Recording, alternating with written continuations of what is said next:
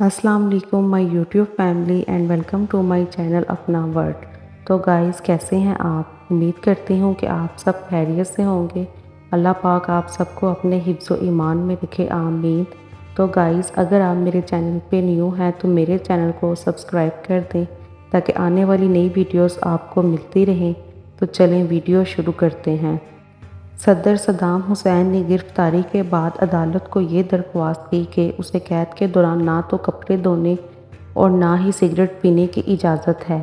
इसे पिछले 2 साल से जूतों का सिर्फ एक जोड़ा दिया गया है।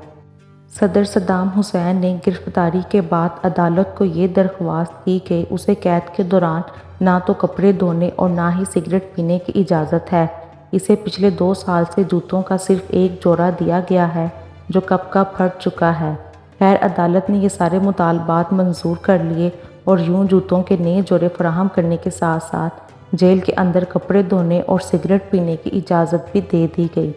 सद्दाम हुसैन इराक़ का वो हुक्मरान था जो दर्जनों महलात, हज़ारों कीमती सूटों, सैकड़ों जूतों, हज़ारों खुशबू की बोतलों और लातादाद कीमती गाड़ियों का मालिक था, जिसने अपनी मूंछें रंगने के लिए कई माहिरीन की टीम रखी हुई थी, जिसके सगार हवाना से आते थे, जिसके लिए मशरूबात फ्रांस की कंपनियां बनाती थीं, जिसके कपड़ों का नाप लेने के लिए टेलर लंदन से आता था, जिसके सिर्फ कपड़े धोने के लिए बगदाद में रॉयल वॉशिंग सेंटर बनाया गया था, जिसके धोबी को एजाज़ी कर्नल का रैंक दिया गया था, जिसके किसी भी सूट की बारी 3 साल के बाद आती थी।